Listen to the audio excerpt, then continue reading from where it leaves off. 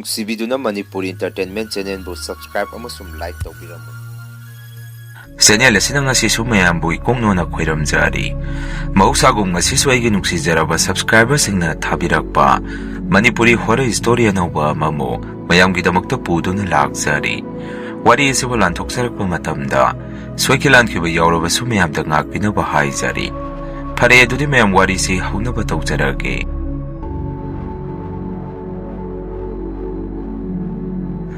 ꯋꯥꯔꯤꯁꯦ ꯑꯩꯈꯣꯏꯒ ꯌꯨꯝꯊꯪꯅꯕ ꯃꯤ ꯂꯩꯅꯗꯕ ꯌꯨꯝ ꯑꯃꯗ ꯑꯁꯦꯡꯕ ꯊꯣꯛꯈꯤꯕ ꯊꯧꯗꯣꯛ ꯑꯃꯒꯤ ꯋꯥꯔꯤꯅꯤ꯫ ꯍꯧꯖꯤꯛꯀꯤ ꯌꯨꯝꯁꯦ ꯑꯩꯈꯣꯏꯒ ꯍꯥꯟꯅ ꯌꯨꯝꯊꯪꯅꯗꯨꯅ ꯂꯩꯃꯤꯟꯅꯔꯝꯕ ꯌꯨꯝꯅꯤ꯫ ꯃꯣꯏꯁꯦ ꯃꯆꯥ ꯌꯥꯝꯃꯤ꯫ ꯌꯨꯝ ꯑꯗꯨꯗ ꯂꯩꯕꯗ ꯃꯣꯏꯁꯦ ꯀꯩ ꯄꯛꯅꯗꯕ ꯂꯩꯕꯅꯣ ꯈꯪꯗꯦ꯫ ꯃꯆꯥꯁꯤꯡꯁꯦ ꯑꯃꯃꯝ ꯃꯊꯪ ꯂꯣꯏꯅ ꯁꯤꯕ ꯍꯧꯔꯛꯏ꯫ ꯅꯥꯔꯒ ꯁꯤꯕ, ꯑꯦꯛꯁꯤꯗꯦꯟ ꯊꯣꯛꯑꯒ ꯁꯤꯕ, ꯑꯗꯨꯃꯥꯏꯅ ꯁꯤꯈꯤꯕꯅꯤ꯫ ꯃꯆꯥꯅꯨꯄꯥ 3 ꯁꯤꯈ꯭ꯔꯕ ꯃꯇꯨꯡ ꯃꯆꯥꯅꯨꯄꯤ 2ꯈꯛ ꯌꯨꯝ ꯑꯗꯨꯗ ꯉꯥꯏꯍꯧꯈꯤ꯫ ꯃꯗꯨꯗꯩ ꯃꯣꯏꯁꯦ ꯌꯨꯝ ꯑꯗꯨ ꯑꯗꯨꯝ ꯊꯥꯗꯣꯛꯑꯝꯗꯨꯅ ꯆꯠꯈ꯭ꯔꯦ꯫ ꯑꯩꯈꯣꯏꯗꯁꯨ ꯂꯩꯀꯥꯏꯒꯤ ꯃꯤ ꯀꯅꯥꯗꯁꯨ ꯃꯣꯏꯅ ꯆꯠꯈꯤꯕꯗꯣ ꯀꯔꯤꯃꯠꯇ ꯍꯥꯏꯔꯝꯗꯦ꯫ ꯊꯥ 3ꯃꯨꯛ ꯃꯣꯏꯁꯦ ꯍꯜꯂꯛꯇꯕ ꯑꯗꯨꯗ ꯕꯕꯥꯅꯁꯨ ꯑꯩꯈꯣꯏꯗ ꯁꯨꯝꯅ ꯍꯥꯏ, ꯀꯩꯗꯧꯔꯕꯖꯥꯠꯅꯣꯅꯦ ꯃꯣꯏꯒꯤ ꯏꯃꯨꯡꯁꯤꯕꯣ? ꯌꯨꯝ ꯁꯣ ꯂꯣꯟꯁꯤꯜꯂꯝꯃꯒ ꯀꯔꯥꯏꯗ ꯂꯩꯈ꯭ꯔꯕꯖꯥꯠꯅꯣ? ꯀꯨꯏꯔꯦ ꯁꯤꯗ ꯍꯜꯂꯛꯇꯕ꯫ ꯅꯠꯇ꯭ꯔꯒ ꯃꯣꯏꯁꯤꯕꯨ ꯃꯤꯉꯣꯟꯗꯒ ꯌꯣꯟꯊꯣꯛꯑꯝꯃꯖꯥꯔꯅꯦ? ꯕꯕꯥꯒꯤ ꯋꯥ ꯑꯗꯨꯗ ꯑꯩꯅꯁꯨ, ꯕꯕꯥ ꯏꯆꯦ ꯁꯨꯖꯂꯥꯇꯥꯗꯣ ꯃꯥ ꯃꯥꯟꯕ ꯑꯃ ꯅꯍꯥꯟ ꯕꯖꯥꯔꯗ ꯎꯏ꯫ ꯑꯩꯁꯨ ꯀꯧꯒꯦ ꯇꯧꯕꯅꯤ ꯑꯗꯨꯗ ꯅꯪꯍꯧꯗ꯭ꯔꯦ꯫ ꯃꯤ ꯆꯤꯟꯕ ꯃꯔꯛ ꯑꯗꯨꯗ ꯑꯗꯨꯝ ꯆꯠꯈ꯭ꯔꯦ꯫ ꯑꯩꯅ ꯈꯟꯕꯗ ꯃꯣꯏꯁꯤ ꯑꯁꯥꯏ ꯑꯅꯛꯄꯗ ꯂꯩꯕꯗꯤ ꯃꯥꯜꯂꯤ꯫ ꯑꯗꯣ ꯃꯐꯝ ꯆꯞ ꯆꯥꯕꯤ ꯀꯔꯥꯏꯋꯥꯏꯗꯅꯣ ꯍꯥꯏꯕꯁꯤ ꯃꯗꯨ ꯈꯪꯗꯕꯒꯤ ꯋꯥꯅꯤ꯫ ꯕꯕꯥꯅ ꯑꯃꯨꯛ ꯍꯣꯏꯅꯦ ꯑꯗꯨ ꯑꯣꯏꯔꯒꯁꯨ ꯃꯣꯏꯅ ꯌꯨꯝꯁꯤꯕꯨ ꯁꯣ ꯂꯣꯟꯁꯤꯜꯂꯝꯃꯒ ꯁꯣꯟ ꯍꯜꯂꯛꯇꯕ ꯍꯥꯏꯔꯤꯁꯤ ꯃꯁꯤ ꯐꯠꯇꯦꯅꯦ꯫ ꯌꯣꯟꯒꯦꯒ ꯌꯣꯜꯂꯝꯃꯣ, ꯑꯩꯈꯣꯏꯗ ꯍꯥꯏꯔꯝꯃꯣ꯫ ꯏꯃꯥꯅ ꯑꯃꯨꯛ ꯈꯪꯗꯦ ꯌꯨꯝ ꯑꯁꯤꯗ ꯂꯩꯕꯗ ꯃꯣꯏꯕꯨ ꯀꯔꯤ ꯅꯨꯡꯉꯥꯏꯇꯕ ꯂꯩꯔꯕꯅꯣ ꯈꯪꯗꯦ꯫ ꯃꯆꯥꯅꯨꯄꯥꯁꯤꯡ ꯑꯗꯨꯁꯨ ꯃꯊꯪ ꯂꯣꯏꯅ ꯁꯤꯖꯜꯂꯛꯑꯦ ꯑꯗꯣ ꯃꯆꯥꯅꯨꯄꯤ ꯉꯥꯛꯇ ꯉꯥꯏꯍꯧꯔꯦ ꯇꯧꯔꯤꯁꯤ꯫ ꯀꯩ ꯅꯨꯡꯉꯥꯏꯇꯕ ꯂꯩꯔꯖꯥꯠꯅꯣ ꯈꯪꯗ꯭ꯔꯦ꯫ ꯑꯁꯨꯝꯅ ꯑꯩꯈꯣꯏꯁꯦ ꯌꯨꯝ ꯑꯗꯨꯒꯤ ꯃꯇꯥꯡꯗ ꯋꯥꯔꯤ ꯁꯥꯟꯅꯔꯝꯃꯤ꯫ ꯅꯣꯡꯃꯗꯤ ꯂꯝꯕꯦꯟ ꯗꯤ.ꯁꯤ ꯃꯅꯥꯛꯇ ꯌꯨꯝ ꯑꯗꯨꯗ ꯂꯩꯕ ꯅꯨꯄꯥꯗꯨ ꯕꯕꯥꯒ ꯊꯦꯡꯅꯩ ꯍꯥꯏ꯫ ꯕꯕꯥꯅꯁꯨ, ꯀꯤꯔꯟꯖꯤꯠ ꯅꯣꯏꯕꯨ ꯌꯨꯝ ꯑꯗꯨꯗ ꯁꯨꯍꯟ ꯍꯦꯛ ꯍꯜꯂꯛꯑꯔꯣꯏꯗ꯭ꯔꯣ? ꯀꯔꯤ ꯇꯧꯕ ꯌꯥꯎꯔꯒꯦ ꯅꯣꯏꯕꯨ ꯌꯨꯝ ꯊꯥꯗꯣꯛꯑꯒ ꯆꯠꯂꯤꯗꯨꯕꯨ ꯍꯪꯉꯝꯃꯤ꯫ ꯅꯨꯄꯥꯗꯨꯅ ꯑꯃꯨꯛ ꯇꯥꯇꯦꯝꯕ, ꯁꯦꯡꯅ ꯍꯥꯏꯗꯣꯛꯆꯔꯒꯦ ꯑꯗꯨꯗ ꯂꯩꯔꯤꯕ ꯌꯨꯝ ꯏꯈꯣꯜ ꯑꯗꯨ ꯑꯩꯈꯣꯏ ꯃꯤ ꯑꯃꯗ ꯌꯣꯟꯊꯣꯛꯆꯔꯝꯃꯤ꯫ ꯋꯥꯁꯦ ꯇꯥꯇꯦꯝꯕꯅꯁꯨ ꯂꯩꯀꯥꯏ ꯃꯤꯒꯤ ꯅꯥꯀꯣꯡ ꯌꯧꯍꯟꯕꯤꯒꯅꯨ꯫ ꯑꯩꯈꯣꯏꯒꯤ ꯌꯨꯝ ꯑꯗꯨꯗ ꯃꯤ ꯑꯅꯧꯕ ꯂꯥꯛꯑꯒꯁꯨ ꯇꯥꯇꯦꯝꯕ ꯍꯣꯏꯅ ꯑꯩꯈꯣꯏꯒꯤ ꯃꯔꯤ ꯃꯇꯥꯅꯤ ꯍꯥꯏꯗꯅ ꯂꯩꯀꯥꯏꯅ ꯍꯪꯉꯛꯑꯒꯁꯨ ꯈꯔ ꯈꯨꯝꯕꯤꯌꯨ꯫ ꯑꯩꯈꯣꯏꯗꯤ ꯍꯧꯖꯤꯛ ꯍꯤꯌꯥꯡꯊꯥꯡꯂꯣꯝꯗ ꯏꯪꯈꯣꯜ ꯑꯃ ꯂꯧꯔꯒ ꯂꯩꯔꯦ ꯍꯥꯏꯔꯛꯏ꯫ ꯕꯕꯥꯅꯁꯨ ꯑꯃꯨꯛ, ꯀꯩꯅꯣꯅꯦ ꯀꯤꯔꯟꯖꯤꯠ ꯅꯪꯅ ꯍꯥꯏꯔꯤꯗꯨꯕꯣ? ꯌꯨꯝ ꯏꯪꯈꯣꯜ ꯌꯣꯟꯕ ꯍꯥꯏꯔꯤꯁꯤ ꯌꯨꯝꯊꯪꯅꯕ ꯑꯩꯈꯣꯏꯒꯤ ꯐꯥꯎ ꯁꯣꯏ ꯆꯥꯡ ꯆꯪꯅꯔꯤꯅꯤ꯫ ꯑꯗꯨ ꯅꯣꯏꯅ ꯑꯩꯈꯣꯏꯗ ꯀꯔꯤꯃꯠꯇ ꯍꯥꯏꯔꯝꯗꯅ ꯃꯤ ꯑꯃꯗ ꯍꯦꯛꯇ ꯌꯣꯟꯊꯣꯛꯑꯝꯕ ꯍꯥꯏꯔꯤꯁꯤ ꯃꯗꯨ ꯃꯤꯅ ꯇꯧꯅꯗꯕ ꯊꯕꯛꯅꯤ꯫ ꯏꯪꯈꯣꯜꯁꯨ ꯑꯣꯟꯊꯣꯛꯅꯗꯅ ꯀꯃꯥꯏꯅ ꯌꯣꯜꯂꯤꯅꯣ ꯅꯣꯏꯒꯤꯗꯨꯕꯨ ꯍꯪꯉꯝꯃꯤ꯫ ꯅꯨꯄꯥꯗꯨꯅ ꯑꯃꯨꯛ, ꯏꯪꯈꯣꯜꯁꯦ ꯇꯥꯇꯦꯝꯕ ꯍꯣꯏ ꯅꯣꯡꯃ ꯌꯨꯝꯗ ꯃꯤ ꯀꯅꯥꯁꯨ ꯂꯩꯇꯕ ꯅꯨꯃꯤꯠ ꯑꯃ ꯌꯥꯎꯈꯤꯕ ꯃꯥꯜꯂꯤ꯫ ꯑꯗꯨꯒꯤ ꯅꯨꯃꯤꯠꯇꯨꯗ ꯃꯤꯗꯣ ꯂꯥꯛꯑꯒ ꯑꯣꯟꯊꯣꯛꯅꯈ꯭ꯔꯦ꯫ ꯑꯗꯨ ꯋꯥꯁꯦ ꯑꯩꯈꯣꯏꯁꯨ ꯇꯥꯇꯦꯝꯕ ꯍꯣꯏꯗ ꯍꯥꯏꯒꯦꯗꯤ ꯈꯟꯖꯕꯅꯤ꯫ ꯑꯗꯨꯗ ꯏꯆꯥꯅꯨꯄꯥꯁꯤꯡ ꯑꯗꯨꯁꯨ ꯃꯊꯪ ꯍꯦꯛ ꯂꯩꯁꯜꯂꯛꯇꯕꯗꯨꯗ ꯑꯩꯈꯣꯏꯁꯨ ꯃꯗꯨꯒꯤ ꯋꯥꯈꯟꯗꯨ ꯀꯌꯥ ꯚꯥꯞ ꯑꯣꯏꯔꯨꯗ꯭ꯔꯦ꯫ ꯕꯕꯥꯅꯁꯨ ꯑꯃꯨꯛ, ꯀꯩꯅꯣꯅꯦ ꯍꯥꯏꯔꯤꯁꯤꯕꯣ? ꯑꯩꯈꯣꯏ ꯌꯥꯎꯗꯅ ꯑꯣꯟꯊꯣꯛꯅꯈ꯭ꯔꯦ ꯍꯥꯏꯕ?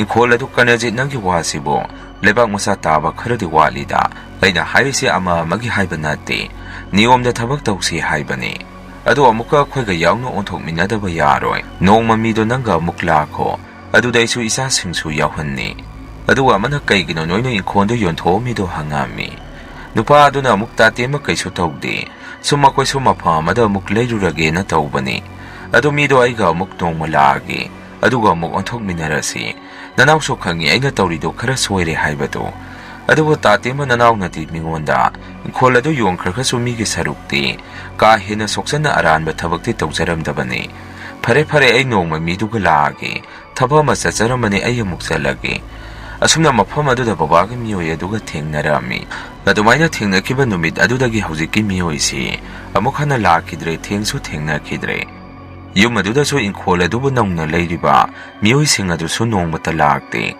ꯃꯣꯏꯒꯤ ꯏꯪꯈꯣꯜ ꯑꯗꯨ ꯀꯔꯝꯕ ꯃꯑꯣꯡꯗ ꯂꯧꯅ ꯌꯣꯟꯅꯔꯤꯅꯣ ꯍꯥꯏꯕꯁꯤ ꯑꯩꯈꯣꯏꯁꯨ ꯈꯪꯕ ꯉꯝꯗꯦ꯫ ꯆꯍꯤ 10ꯃꯨꯛꯁꯤ ꯌꯨꯝ ꯑꯗꯨꯗ ꯃꯤ ꯀꯅꯥꯁꯨ ꯂꯩꯅꯗꯅ ꯁꯨꯝ ꯂꯩꯔꯛꯏ꯫ ꯂꯩꯀꯥꯏꯒꯤ ꯃꯤꯅꯁꯨ ꯑꯩꯈꯣꯏꯗ ꯋꯥ ꯉꯥꯡꯕ ꯍꯧꯔꯛꯈꯤ꯫ ꯀꯩꯅꯣ ꯌꯨꯝ ꯑꯁꯤꯕꯨ ꯃꯤ ꯂꯩꯅꯗꯅ ꯁꯨꯃꯥꯏꯅ ꯁꯨꯝ ꯊꯝꯃꯤꯁꯤꯕꯣ? ꯊꯨꯒꯥꯏꯈ꯭ꯔꯁꯤ, ꯃꯁꯤ ꯐꯠꯇꯦ ꯍꯥꯏꯔꯛꯏ꯫ ꯃꯗꯨꯗ ꯕꯕꯥꯅꯁꯨ ꯃꯌꯥꯝꯗ ꯁꯨꯝꯅ ꯍꯥꯏ, ꯑꯗꯨꯃꯛꯇꯤ ꯇꯧꯈꯤꯒꯨꯝꯁꯤ, ꯅꯨꯡꯉꯥꯏꯇꯦ, ꯑꯩꯈꯣꯏꯒꯁꯨ ꯌꯨꯝꯂꯣꯟꯅꯔꯤꯅꯤ꯫ ꯏꯪꯈꯣꯜ ꯑꯁꯤ ꯍꯥꯟꯅꯩ ꯃꯤꯗꯨꯅ ꯑꯇꯣꯞꯄ ꯑꯃꯗ ꯌꯣꯟꯈ꯭ꯔꯦ ꯍꯥꯏꯕꯅꯤ꯫ ꯑꯗꯣ ꯀꯩꯅꯣ ꯑꯩꯈꯣꯏ ꯑꯃꯨꯛ ꯊꯤꯗꯣꯛꯅꯔꯒ ꯀꯣꯟꯅ ꯇꯞꯅ ꯏꯪꯅ ꯇꯧꯁꯤ ꯍꯧꯖꯤꯛꯀꯤꯗꯤ ꯊꯨꯒꯥꯏ ꯌꯥꯡꯈꯥꯏꯕꯗꯨ ꯇꯧꯈꯤꯒꯨꯝꯁꯤ ꯍꯥꯏꯔꯝꯃꯤ ꯕꯕꯥꯅ ꯑꯗꯨꯝꯅ ꯍꯥꯏꯕꯗꯨꯗ ꯂꯩꯀꯥꯏꯒꯤ ꯃꯤꯅꯁꯨ ꯑꯩꯈꯣꯏꯗꯤ ꯀꯩꯁꯨ ꯀꯥꯏꯗꯦ ꯑꯗꯨꯕꯨ ꯁꯨꯃꯥꯏꯅ ꯍꯌꯦꯡꯋꯥꯏ ꯐꯥꯎ ꯑꯗꯨꯝ ꯊꯝꯒꯦꯁꯨ ꯊꯝꯃꯨ ꯃꯗꯨꯗ ꯃꯤ ꯂꯩꯅꯗꯕ ꯌꯨꯝ ꯑꯃ ꯁꯨꯃꯥꯏꯅ ꯁꯨꯝ ꯂꯩꯕ ꯍꯥꯏꯔꯤꯁꯤ ꯃꯁꯤ ꯐꯠꯇꯦ ꯍꯥꯏꯅꯩ ꯑꯗꯨꯒꯤ ꯅꯣꯏꯗꯁꯨ ꯍꯌꯦꯡꯋꯥꯏ ꯁꯣꯛꯂꯛꯇꯅꯕ ꯁꯨꯝ ꯍꯥꯏꯖꯕꯅꯤ ꯅꯣꯏꯅꯕꯨ ꯌꯥꯗ꯭ꯔꯒꯗꯤ ꯀꯩꯁꯨ ꯀꯥꯏꯗꯦ ꯁꯤ ꯍꯥꯏꯔꯝꯃꯒ ꯑꯗꯨꯝ ꯂꯩꯀꯥꯏꯒꯤ ꯃꯤꯁꯨ ꯍꯟꯅꯈ꯭ꯔꯦ ꯑꯗꯨꯃꯥꯏꯅ ꯍꯦꯛ ꯇꯧꯈꯤꯕꯒ ꯃꯇꯝ ꯏꯀꯨꯏ ꯀꯨꯏꯗꯅ ꯍꯧꯖꯤꯛꯀꯤ ꯌꯨꯝꯁꯦ ꯃꯍꯧꯁꯥꯒ ꯃꯥꯟꯅꯗꯕ ꯀꯩꯒꯨꯝꯕ ꯃꯑꯣꯡ ꯃꯇꯧ ꯑꯃ ꯇꯧꯕ ꯍꯧꯔꯛꯏ ꯅꯨꯃꯤꯗꯥꯡꯁꯤ ꯌꯨꯝ ꯃꯅꯨꯡ ꯑꯗꯨꯗ ꯃꯤ ꯂꯩꯕꯗꯧꯅ ꯃꯔꯨꯡ ꯃꯤꯅꯤꯟ ꯃꯈꯣꯟ ꯇꯥꯕ ꯑꯃꯗꯤ ꯑꯍꯤꯡ ꯄꯨꯡ ꯊꯦꯡꯉꯀꯥꯟ ꯅꯨꯄꯤ ꯑꯃ ꯌꯨꯝ ꯃꯅꯨꯡ ꯑꯗꯨꯗꯒꯤ ꯀꯞꯄ ꯃꯈꯣꯟ ꯇꯥꯕ ꯃꯁꯤꯒꯨꯝꯕ ꯈꯔ ꯑꯩꯈꯣꯏꯅ ꯇꯥꯕ ꯐꯪꯉꯛꯏ ꯕꯕꯥꯅꯁꯨ ꯌꯨꯝꯗꯨꯒꯤ ꯊꯣꯡꯅꯥꯎ ꯑꯃ ꯑꯩꯈꯣꯏꯔꯣꯝꯗ ꯄꯥꯟꯕꯗꯨ ꯃꯗꯨꯗ ꯅꯣꯡꯃ ꯅꯨꯡꯊꯤꯜ ꯑꯃ ꯃꯅꯨꯡꯗ ꯀꯔꯤ ꯂꯩꯒꯦꯅ ꯌꯦꯡꯉꯨꯕꯗ ꯅꯨꯄꯥ ꯑꯃ ꯌꯨꯝ ꯃꯅꯨꯡ ꯑꯗꯨꯗ ꯇꯨꯡ ꯑꯣꯟꯊꯣꯛꯑꯒ ꯐꯝꯃꯒ ꯂꯩꯕꯒꯤ ꯃꯑꯣꯡ ꯃꯇꯧ ꯑꯃ ꯕꯕꯥꯅ ꯎꯔꯛꯑꯝꯃꯤ ꯃꯗꯨ ꯎꯕꯗ ꯕꯕꯥꯁꯨ ꯃꯁꯥꯗ ꯁ꯭ꯋꯥꯏ ꯂꯥꯎꯕ ꯄꯥꯈꯠꯄ ꯑꯃ ꯄꯣꯛꯈꯤ ꯑꯃꯨꯛꯀꯁꯨ ꯃꯨꯟꯅ ꯌꯦꯡꯁꯜꯂꯨꯕꯗꯅ ꯀꯔꯤꯁꯨ ꯑꯃꯨꯛ ꯂꯩꯕ ꯎꯔꯝꯗꯦ ꯇꯧꯔꯛꯏꯕ ꯃꯑꯣꯡ ꯑꯗꯨꯗ ꯕꯕꯥꯅꯁꯨ ꯍꯩꯁ ꯌꯨꯝꯁꯤ ꯃꯤ ꯂꯩꯅꯗꯕ ꯑꯁꯤꯗ ꯂꯥꯏꯌꯦꯜꯂꯕ ꯈꯪꯗ꯭ꯔꯦꯅꯦ ꯂꯩꯀꯥꯏ ꯃꯤꯅ ꯍꯥꯏꯔꯝꯕꯗꯨ ꯆꯨꯝꯂꯛꯀꯗꯣꯔꯦ ꯈꯜꯂꯝꯃꯤ ꯅꯨꯃꯤꯗꯥꯡ ꯏꯃꯨꯡ ꯃꯅꯨꯡ ꯑꯩꯈꯣꯏ ꯄꯨꯂꯞ ꯄꯨꯟꯅ ꯂꯩꯔꯤꯉꯩꯗꯁꯨ ꯕꯕꯥꯅ ꯑꯩꯈꯣꯏ ꯃꯌꯥꯝꯗ ꯁꯨꯝꯅ ꯍꯥꯏꯔꯛꯏ ꯍꯦ ꯅꯣꯏ ꯋꯥ ꯑꯃ ꯍꯥꯏꯒꯦ ꯑꯁꯤꯒꯤ ꯌꯨꯝꯁꯦ ꯀꯔꯤꯅꯣꯃ ꯇꯧꯔꯦꯀꯣ ꯑꯁꯤ ꯁꯨꯃꯥꯏꯅ ꯀꯨꯏꯅ ꯑꯩꯈꯣꯏꯒ ꯌꯨꯝꯂꯣꯟꯅꯗꯨꯅ ꯂꯩꯕ ꯌꯥꯔꯣꯏ ꯑꯩꯁꯨ ꯀꯤꯔꯟꯖꯤꯠꯇꯣ ꯀꯔꯥꯏꯗ ꯂꯩ ꯍꯥꯏꯗꯅ ꯀꯣꯏꯊꯤ ꯊꯤꯔꯨꯒꯦ ꯃꯥꯅ ꯍꯥꯏꯔꯝꯕꯗ ꯍꯤꯌꯥꯡꯊꯥꯡ ꯑꯁꯣꯝꯗ ꯏꯪꯈꯣꯜ ꯑꯃ ꯂꯧꯔꯒ ꯂꯩꯔꯦ ꯍꯥꯏꯔꯝꯕꯅꯤ ꯑꯩ ꯍꯤꯌꯥꯡꯊꯥꯡ ꯑꯗꯣꯝꯗ ꯇꯣꯏꯅ ꯆꯠꯇꯕ ꯌꯥꯗꯦ ꯏꯆꯥ ꯁꯥ ꯅꯣꯏꯁꯨ ꯑꯗꯣꯝꯗ ꯆꯠꯄꯗ ꯊꯦꯡꯅꯔꯒꯗꯤ ꯃꯣꯏꯒꯤ ꯏꯃꯨꯡꯒꯤ ꯃꯤꯗ ꯅꯣꯏꯁꯨ ꯍꯥꯏꯌꯨ ꯁꯤꯗ ꯍꯧꯖꯤꯛ ꯇꯧꯔꯤꯁꯤ ꯑꯗꯨꯒ ꯃꯣꯏꯒꯤ ꯂꯩꯐꯝꯗꯨ ꯆꯞ ꯆꯥꯅ ꯈꯪꯇꯣꯔꯛꯎ ꯕꯕꯥꯒꯤ ꯋꯥ ꯑꯗꯨꯗ ꯑꯩꯈꯣꯏꯁꯨ ꯍꯣꯏ ꯕꯕꯥ ꯊꯦꯡꯅꯔꯒꯗꯤ ꯌꯨꯝ ꯑꯁꯤꯗꯕꯨ ꯄꯨꯔꯛꯑꯒꯦ ꯍꯥꯏꯔꯝꯃꯤ ꯑꯁꯨꯝꯅ ꯕꯕꯥꯅ ꯃꯥꯅ ꯍꯥꯏꯔꯝꯕ ꯂꯝ ꯑꯗꯣꯝꯗ ꯆꯠꯂꯒ ꯁꯨꯝ ꯈꯣꯌꯪ ꯍꯪꯕꯗ ꯃꯤꯗꯨ ꯑꯗꯥꯏꯗ ꯂꯩ ꯍꯥꯏꯕꯁꯤ ꯈꯪꯕ ꯉꯝꯃꯝꯗꯦ ꯀꯣꯟꯅ ꯊꯪꯗ ꯗꯨꯀꯥꯟ ꯐꯝꯕ ꯑꯍꯟ ꯈꯔꯗ ꯍꯪꯉꯨꯕꯗ ꯀꯀꯥ ꯀꯤꯔꯟꯖꯤꯠꯀꯤ ꯏꯃꯨꯡꯗꯤ ꯃꯐꯝ ꯑꯗꯨꯗꯒꯤ ꯑꯃꯨꯛ ꯏꯪꯈꯣꯜ ꯍꯣꯡꯉꯒ ꯆꯠꯈ꯭ꯔꯦ ꯍꯥꯏꯔꯛꯏ ꯕꯕꯥꯅꯁꯨ ꯃꯗꯨꯗ ꯃꯊꯥ ꯁꯥꯅ ꯌꯨꯝꯗ ꯍꯜꯂꯛꯏ ꯌꯨꯝ ꯑꯗꯨꯁꯨ ꯅꯣꯡꯃ ꯅꯣꯡꯃꯒꯤ ꯃꯑꯣꯡ ꯇꯥꯗꯕ ꯍꯦꯟꯖꯜꯂꯛꯏ ꯅꯨꯃꯤꯠ ꯑꯣꯏꯁꯦ ꯈꯔ ꯃꯝꯅ ꯊꯦꯡꯅ ꯌꯨꯝꯗ ꯍꯜꯂꯛꯄ ꯅꯨꯃꯤꯠꯅꯤ ꯑꯩꯈꯣꯏ ꯁꯨꯃꯥꯡ ꯌꯧꯔꯛꯄꯁꯤꯗ ꯌꯨꯝ ꯃꯅꯨꯡ ꯑꯗꯨꯗꯒꯤ ꯃꯁꯛꯇꯤ ꯎꯕ ꯅꯠꯇꯦ ꯈꯣꯟꯖꯦꯜ ꯑꯣꯏꯅ ꯑꯩꯒꯤ ꯃꯤꯡꯗ ꯆꯥꯛ ꯆꯥꯔꯕꯣ ꯍꯥꯏꯗꯅ ꯃꯅꯨꯡꯗꯒꯤ ꯀꯧꯔꯛꯏ ꯑꯩꯁꯨ ꯉꯥꯏꯍꯥꯛꯇꯨꯗ ꯚꯥꯞ ꯑꯣꯏꯔꯨꯗꯕꯗꯒꯤ ꯆꯥꯗ꯭ꯔꯤꯌꯦ ꯍꯥꯏꯗꯅ ꯈꯨꯝꯃꯨꯏ ꯑꯗꯨꯒ ꯑꯩꯅ ꯁꯠ ꯌꯦꯡꯊꯣꯔꯛꯄꯗꯗꯤ ꯍꯧꯖꯤꯛꯇ ꯀꯧꯔꯛꯏꯗꯣ ꯌꯨꯝ ꯃꯅꯨꯡꯗꯒꯤ ꯃꯤ ꯑꯃꯅ ꯀꯧꯔꯛꯄꯅꯤ ꯍꯥꯏꯕꯁꯦ ꯑꯩꯁꯨ ꯈꯪꯉꯛꯏ ꯑꯩꯁꯨ ꯃꯗꯨ ꯈꯪꯉꯛꯄꯗ ꯏꯁꯥꯗ ꯇꯨ ꯆꯣꯡꯈꯤꯕ ꯈꯪꯍꯧꯗꯦ ꯄ꯭ꯔꯞ ꯑꯩꯁꯦ ꯌꯨꯝ ꯃꯅꯨꯡꯗ ꯆꯦꯟꯁꯤꯜꯂꯛꯑꯝꯃꯤ ꯗꯗꯥ ꯏꯆꯦ ꯏꯃꯥ ꯕꯕꯥꯅꯁꯨ ꯀꯩꯗꯧꯔꯒꯦ ꯍꯪꯉꯛꯏ ꯑꯩꯅꯁꯨ ꯃꯣꯏꯗ ꯋꯥꯔꯤꯗꯨ ꯇꯝꯃꯤ ꯍꯧꯖꯤꯛ ꯑꯩꯅ ꯌꯨꯝꯗ ꯆꯪꯉꯛꯄꯗ ꯑꯁꯥꯏ ꯃꯄꯥꯗ ꯑꯩꯉꯣꯟꯗ ꯌꯥꯝꯅ ꯈꯪꯕꯗꯧꯅ ꯈꯣꯟꯖꯦꯜ ꯑꯃꯅ ꯆꯥꯛ ꯆꯥꯔꯕꯣ ꯍꯪꯉꯛꯏ ꯑꯩꯁꯨ ꯆꯥꯗ꯭ꯔꯤ ꯈꯨꯝꯃꯨꯔꯦ ꯑꯗꯨꯒꯅꯦ ꯀꯣꯟꯅꯗꯤ ꯀꯧꯔꯛꯏꯗꯣ ꯑꯁꯤꯒꯤ ꯌꯨꯝ ꯃꯅꯨꯡꯗꯒꯤ ꯑꯣꯏꯔꯝꯃꯤ ꯀꯩꯅꯣ ꯇꯧꯔꯤꯁꯤꯕꯨ ꯑꯩꯗꯤ ꯒ꯭ꯌꯥꯟꯒ ꯇꯥꯁꯜꯂꯛꯇ꯭ꯔꯦ ꯑꯁꯤꯒꯤ ꯌꯨꯝꯁꯦ ꯍꯥꯏꯔꯛꯑꯝꯃꯤ ꯕꯕꯥꯅꯁꯨ ꯑꯃꯨꯛ ꯅꯪꯅ ꯈꯨꯝꯃꯨꯔꯦ ꯍꯥꯏꯕ ꯈꯨꯝꯃꯝꯗ꯭ꯔꯒꯗꯤ ꯈꯔ ꯐꯒꯗꯕꯅꯤ ꯇꯍꯣꯏꯗꯦ ꯍꯥꯏꯕꯅꯤ ꯑꯗꯨ ꯀꯔꯤꯁꯨ ꯀꯥꯏꯗꯦ ꯌꯨꯝ ꯌꯧꯔꯛꯑꯕꯅꯤꯅ ꯑꯁꯤꯒꯤ ꯌꯨꯝꯁꯤ ꯃꯤꯁꯨ ꯂꯧꯕ ꯃꯤ ꯂꯩꯕ ꯉꯝꯅꯅꯕ ꯌꯨꯝ ꯍꯥꯏꯕꯗꯨ ꯇꯥꯔꯦ ꯑꯁꯤꯗꯤ ꯀꯝꯗꯧꯅꯤ ꯍꯥꯏꯔꯛꯏ ꯗꯗꯥꯅꯁꯨ ꯑꯃꯨꯛ ꯍꯦꯔꯥ ꯅꯪꯒꯤꯗꯨꯕꯨ ꯁꯦꯡꯕꯨ ꯁꯦꯡꯉꯕ꯭ꯔꯥꯅꯦ ꯅꯣꯡꯃꯇ ꯑꯩꯗꯤ ꯀꯔꯤꯁꯨ ꯊꯦꯡꯅꯗꯦ ꯑꯩ ꯊꯣꯛꯑꯒꯦ ꯑꯩꯗꯤ ꯀꯔꯤꯁꯨ ꯀꯤꯕꯤꯗꯦ ꯍꯥꯏꯗꯅ ꯗꯗꯥꯗꯤ ꯁꯨꯃꯥꯡꯗ ꯊꯣꯛꯈꯤ ꯑꯩꯈꯣꯏꯁꯨ ꯑꯃꯨꯛ ꯄꯨꯟꯅ ꯃꯄꯥꯟꯗ ꯊꯣꯔꯛꯑꯝꯃꯤ ꯉꯥꯏꯍꯥꯛ ꯑꯩꯈꯣꯏꯁꯦ ꯌꯨꯝ ꯑꯗꯣꯝꯗ ꯃꯄꯥꯟꯗ ꯂꯦꯞꯇꯨꯅ ꯌꯦꯡꯗꯨꯅ ꯂꯩ ꯑꯗꯨꯃꯥꯏꯅ ꯂꯩꯔꯤꯉꯩ ꯌꯨꯝ ꯃꯅꯨꯡ ꯑꯗꯨꯗꯒꯤ ꯀꯅꯥꯒꯨꯝꯕ ꯑꯃ ꯋꯥꯅ ꯅꯥꯍꯦꯕ ꯃꯈꯣꯟꯁꯤ ꯑꯃꯨꯛ ꯇꯥꯔꯛꯏ ꯗꯗꯥꯁꯨ ꯉꯁꯥꯏ ꯀꯤꯗꯦ ꯍꯥꯏꯔꯝꯕꯗꯨ ꯀꯩꯅꯣꯅꯦ ꯁꯤꯕꯨ ꯍꯥꯏꯗꯅ ꯑꯩꯈꯣꯏꯒꯤ ꯃꯅꯥꯛꯇ ꯃꯥꯁꯦ ꯀꯤꯅ ꯑꯃꯨꯛ ꯆꯪꯁꯜꯂꯛꯏ ꯕꯕꯥꯅꯁꯨ ꯉꯥꯏꯈꯣ ꯂꯥꯡꯒꯅꯨ ꯇꯨꯃꯤꯟꯅ ꯂꯩꯌꯨ ꯑꯩ ꯃꯁꯤ ꯃꯤ ꯈꯔ ꯀꯧꯔꯨꯒꯦ ꯑꯗꯨꯒ ꯉꯁꯤꯗꯤ ꯌꯨꯝꯁꯤꯒꯤ ꯁꯣꯁꯦ ꯐꯛꯀꯥꯏꯔꯒ ꯃꯅꯨꯡꯗ ꯀꯔꯤ ꯂꯩꯒꯦꯗꯣ ꯌꯦꯡꯉꯒꯦ ꯁꯤ ꯍꯥꯏꯗꯅ ꯕꯕꯥꯅ ꯌꯨꯝꯊꯪꯅꯕ ꯃꯤ ꯂꯩꯀꯥꯏꯒꯤ ꯃꯤ ꯑꯃ ꯑꯅꯤ ꯃꯤ ꯈꯔ ꯈꯣꯝꯃꯒ ꯄꯨꯔꯛꯑꯝꯃꯤ ꯑꯗꯨꯒ ꯌꯨꯝꯗꯨꯒꯤ ꯁꯣ ꯃꯇꯝ ꯀꯨꯏꯅ ꯂꯣꯟꯁꯤꯜꯂꯛꯑꯕꯗꯨ ꯁꯣꯗꯣ ꯃꯌꯥꯝ ꯆꯪꯗꯅ ꯊꯨꯒꯥꯏꯔꯝꯃꯤ ꯑꯗꯨꯒ ꯃꯌꯥꯝꯁꯦ ꯌꯨꯝ ꯃꯅꯨꯡ ꯑꯗꯨꯗ ꯀꯔꯤ ꯂꯩꯒꯦ ꯍꯥꯏꯗꯅ ꯆꯪꯉꯝꯃꯤ ꯐꯤꯕꯝꯁꯨ ꯇꯥꯔꯝꯗ꯭ꯔꯦ ꯌꯨꯝ ꯃꯅꯨꯡ ꯑꯗꯨꯗ ꯀꯨꯏꯅ ꯃꯤ ꯂꯩꯅꯗ꯭ꯔꯕꯅꯤꯅ ꯂꯩꯁꯧꯗꯩ ꯀꯩꯗꯩ ꯈꯣꯏ ꯃꯍꯨꯝꯗꯩ ꯁꯥꯗꯅ ꯂꯩꯔꯝꯃꯤ ꯐꯅ ꯀꯨꯏꯅ ꯑꯩꯈꯣꯏꯁꯦ ꯌꯨꯝ ꯃꯅꯨꯡ ꯑꯗꯨꯗ ꯀꯩ ꯂꯩꯒꯦ ꯍꯥꯏꯗꯅ ꯀꯥꯗ ꯆꯪꯗꯅ ꯌꯦꯡꯉꯤ ꯑꯋꯣꯏꯗꯅ ꯑꯗꯨꯃꯥꯏꯅ ꯆꯪꯉꯒ ꯌꯦꯡꯉꯨꯔꯒꯁꯨ ꯃꯅꯨꯡꯗ ꯀꯔꯤꯃꯠꯇ ꯍꯦꯛꯇ ꯂꯩꯔꯝꯗꯦ ꯕꯕꯥꯅꯁꯨ ꯂꯥꯛꯏꯕ ꯃꯤ ꯑꯇꯩꯁꯤꯡ ꯑꯗꯨꯗ ꯁꯨꯝꯅ ꯍꯥꯏ ꯍꯧꯖꯤꯛꯇꯅꯤ ꯅꯥꯍꯦꯔꯛꯏꯕꯗꯨ ꯁꯤꯗꯤ ꯃꯑꯣꯡ ꯑꯃꯅꯤ ꯃꯌꯥꯝꯅ ꯌꯨꯝꯁꯤ ꯊꯨꯒꯥꯏꯈ꯭ꯔꯁꯤ ꯍꯥꯏꯔꯤꯗꯨ ꯑꯗꯨꯅ ꯐꯔꯅꯤ ꯍꯥꯏꯔꯝꯃꯤ Laiba lekai minasu hoine, sidokrasi adu natragadi, sida laiten indana nuisu laibada kaisu nungairaroi, hangna hekta thamasi khumai. Thaudo adugi nongnini muk leiraga babana numidang, lekai mi khara unaruraga numidang wairam yumda halakpada. Hojiki yumdugi manakta nupa ama lepaga, leirambasi babana thengnarami. Babana so kanano sibo khanduna, sumanakta naksalubada yum manak adaida, lepamba nupa adu sumtamna tamna mangki hai. Nongkhengan maga babana lekai ki mi khomaga, yum madu siduomi. Aduga mapon masay singaduna, mapa amada puna paisalaga thanami. Adamaina thongkibadagi hojikti karisu tawrakidre. Ngayidi yumdugi mapu singbasi, hojik phawmi mata lakti. Hana aduda leiramba imung adusu, mingonda yole haridusu yolira, yondrira haibasi akwisu khangba ngamdi. Mayam hambagi warisi matanga saida loizari.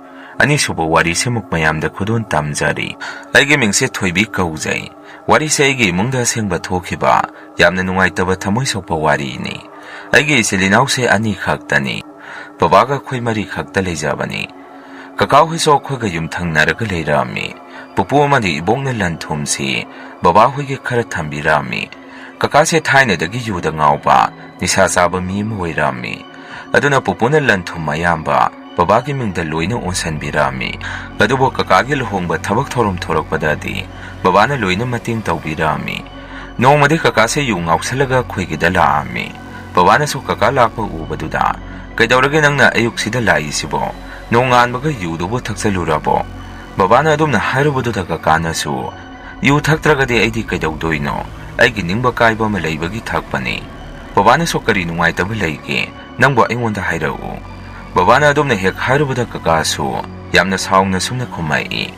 Tasawda haigena isu laabani, ngasidi aigi swaigi lanthum piyo, aigi inkhon tangkhai ama piyo. Ay lepham chakpham amata khangdre, tasongna pata loina makpaisalaga, tasawti nungaina leiba. Aibuna thabakta suhanba, phamso aina senaba. Kakagi wado tabada babana sunoktuna. Adugi oire adudi nangna gyan tarba kanda, aina nangi mingdo onsenbigani. Nang yu thakpa toklo aina nangunda farm sena hanbadi, nangi thabak pibani paisa phangjaw haidana. Babagi wahi aduda kakaso hena sagulaktuna. Aibu minairo aina wana senaba, noina nungai na sel loina phangba. Tanja aduda imaso thoroktuna kakada. Kumar mina targa nachina naw khanaba maloidro. Neyamana tawrisi noigini. Nangi thabak thorom thorakpada, neyamana loina tawridudi. Nangyan taraknaba honabada, neyambadi warabani. Yu thaktana zwar sanarga leidoi saru. Angangsing adu kamaina siamsige haido khallo.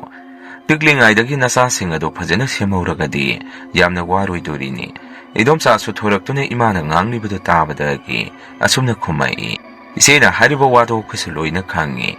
Masimanaw ani khaktani sidabo, itay hui noina lanthum pumba, pasundana thamisibo hongnabro. Khoichu isa yauri isa semdawrini. Nakai siyang na inkolesi tangkaya narasi. Ngayak laitana sagak ngangnabado khoisu paamdre. Babaso indom sagi wado da saungna sumna khummi. Nakoina lanthumda harisibo karigino. Lanthum mayamsa aina ngasi phawba, senggolakpa ngaktani. Aina wana honajaraga, sigi phibamsida tarakpani. Ima ipana thambadu khakta yade, sengwa sagatpa haiba ama changi. Akoina wana honajarini hojikti mai pakle, aduna nakoina amuk longningi sinatro. Nakoigi luhongwada paisa kya changki. Nasasingi haktakta aina loina puthokibani. Adu phawba khangjanadaba, noina lanthum kaina. Pini noigi lanthum aina kaisu hena lawroi. Zamanana isilinaw yenagani. Adubo ay hojikti noida lanthum sinaba ngamoy. Hojik lanthum sinaraga, nakoina mingonda yonthoke hairibro. Ima ipana thambirama lanthum amata, aidi mangba yaroi. Hayang isa isu haurakaduriba, makoy singi nungainaba aina tawrongani. Salokona gyan targa lau, nogi inkon saruk aingonda lay. Babagi wado targa kakagi indum sagasu, babani se saungna dum thoki. Moisa krabada dadasu thoraktuna babada, baba kokpi krasiba, sida sungangnaraga leibase tandro. Lakai mina targa su phajadi, akoina loina loba man krani. Babana so kaidawagi pidoino, mogi lamsat lakai mina loina khangbani, tawge yauna ipana tawribani, gyan khara tasanu haidana. Lanthum se moina de sengwatpada amata yawdeni, aduga moigi sarukti paamiba. Dadana so noktuna adubo haiba, baba moida pitokrasi. Moigi saruktu piraga moina thokpadum tawjar krasani. Indom sagi mamadu maibini haibani. Aidi yamna kijay, amuk semjalagadi babanasu hai taningde nathau tawruso chalu sida angang noi yaurakanu hairami dadasu babana adumna serakpatuda imungda thuna sangki akhoi yumin khonse yamna chawi kaka hoiga khoiga de yumsu adum naknana leire numit kharani leiraga kaka gi indum chaga si mapi maron ananba setuna hekhe karai danu machatpa urami nongmadi babana kaka da won sanduna sumna hai nangde kadai danu ayuksida kaka na so thaba ma chaluge tawbani babana sui bungo nang nupi mapamda toina chale haiba paw matai madu tawganu ko mina noknagani ngasina kari thabak leiragi saturi sibo kaka so khumpham khangdabadagi tachong nanaw nupigi mapado masangamdi hai adugi ngehakta hangbirugi tawbani babana somuk phare phare adubu hoiragadi satpiruro adubuni kumar nang ngehak leitana nupi mapamda di satkanu mina phana ngangnadabani ko nupi mapamda toina satpasi babagi waduda indum chasu sawningna akhoso tangai phadabagi satpani baba masakana ngamdi adugi satta yadabagi tawbani babana so hoi hoi chaluro aduga ne nupana ha wari sabada nupi angangna chaga chaga tawbasi masi aidi pamde ko kumanangna gyan khara taro ase hairubadagi kakane indum chabu puduna dum chatkhre baba songangang imungda sangai imana baba do wonsenduna kaino nangna muk nganguriduna aduga kaigino muk saungna sangi do baba na so kaisu tawdeda noibo sak loirabo imana sakpadi loire sathoge hairibro baba na so hoi charage aduga ay amuk thabak chatkadabani si haidana khose puna sak to saminarami tanja aduda dadana baba handak se isa se inung nungaiti ana maha isusui karino matawi baba na so yumda nang sum leisan tawrini adu nang thaba ma thigi ga thiro thaba ma tawjaragadi nang so mapani pan thoktana nungairani dadana so hoi baba duna phagadaba mali achuna chai sing chaba loiraba matung baba so hawat khare numitugi numidang do baba se khara thengna halai imana so kaino mapanga sidi yamna thengida baba na so thaba khara yami adugini adunga se se ai karino mo uki asaida imana so kaino nang na hairi dubo baba na so ima gyan tadre khangduna kona tamna sumna hairei aina thongganagi sangakpada akhoi maningi inkhon matol asida mi ma lepadongna tawrami aiso karino khanduna munna yengure adu kana so muk leiramdre mangna taibangra ai gyan gamata tadre imana so hojipu kana laga asaida leptoino thabak wana halakpaduda namita sum ubo oirini babana so khangde de nupi ai ngasidi sa se ko kai ngawi imana so osak se saraga pothabiro natragadi na sado muk tungairaroi si haidana khuche sak puna saraga pothanarami numitugi numidang sida na hangkhaiga manadaba karigumba khara tawrai hui so kana khungami aduga yena kha sida na marolama hui se libra kari chelino so khangde sorot haidana tumak zatpagi makhon tarami aida natana tada so tumba yadraba mali tumdana dumna leirami dadana so engoni bema nang tumdribo hojik phawbo aina so dada ai tumdriye karino maningda tariba makhon sibo aina dumna hairobada dadana so engonda nang so tabro makholasi aidi ai khakta tabra hairaga hui so yamna khongi huran baga changa bazar khangde mi satpagi makhon so tai ai so khangde san aina mo dada imaga babaga da hairu siro dadana muk babadi warabani na tumna mani kasu tararoi nang so tumuro hui yamna khongi mi thabak thengna halakpagi warambasu yai si haidana khusu numi sima yamna wana tumba themlami adubu ahingi matam sida khogi inkhol sida hui singna onsan duna kana khongbagi makhon si yamna tai numituma hawkre babana ibunga tana hawdok pirai isa thoibi hawatri bonangbo nabung se amukta hawdu so ipana haiba thabak to chalu so hayo ngasiga chatragadi yararoi ipana kana hainari bani aina so hoi baba adu ngasina karaida chatoino baba na so thabak yami ipadi pham da so chatoini atopa thabak so chatkani ipabu nongmata sangba numit leibro asi haidana baba so thuna dum thoki sak toga dada so loisalaga baba na haiba thabak to chatkirami nungthingi matam asida itha thajadana kaka se akhoi gi da tengkot ani khak pai duna laami kaka lakpada ubada imana so sangsanduna kadauragi kumar kaino nang puri duna imana dumna hanglubada kaka na sunok duna itai mananaw nupina sangong kher hawi adu thilu so haidana isu thili bani se tengkot a chawbada yaurisina itai mahoi angang sing noi charo masasina ta chawgi hek thambir adu ta chawbu ngasi thabak sakhibro Imana so kuidi sakhibada ngairibani. Hoi ai noi tasawgi sarukto ai thambiragi. Kakaso khera dubu piramduna. Salukige hairamaga dum chatkre. Imaga igaso sangom khera du sarami. Ngayak leraga dadaso halaktuna. Kai sarino imaga isanga. Aidi wabana loire kainomdi saningida. Aina so dada sangom khera leibani saruso. Yamna hawani babadi kisu saroi. Dadana so sangom khera haiba. Adudi aina yamna pambani. Fareda sangnaga saklambani. Ai saruragi.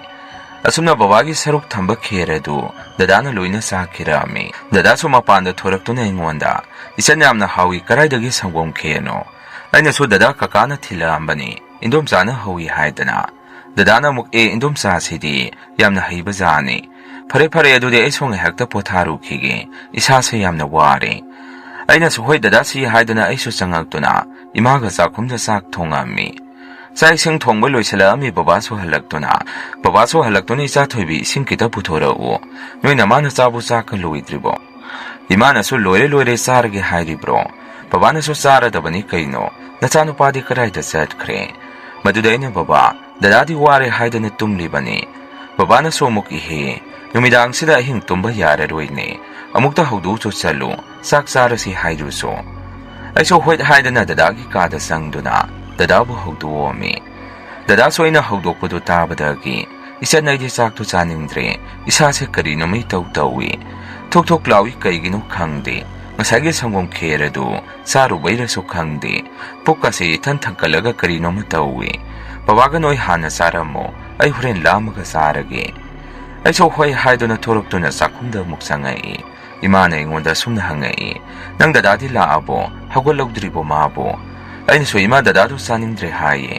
Masai sangom kher khara chabaduda. Aigi wadu taraga babana su. Kaidagi sangom kher charuriba madi. Aina so baba kakana masai pirambani. Indom chana haubani hai. Kakana thilambani. Aigi wadu da babadi mamit lang thoktuna sumna hairei. Atudi noide karigi sariba. Aingonda hana hairamba yadro. Mina piraga hekta sari dubo. Nakhudi nanom chani haidana nungsirambani. Aidi ore khare. Moisa ayu ubada thai-dina chatlabani. Babagi wado taraga imana su. Kaino nang nahari dubo. Paraso patraso nanaw nupani.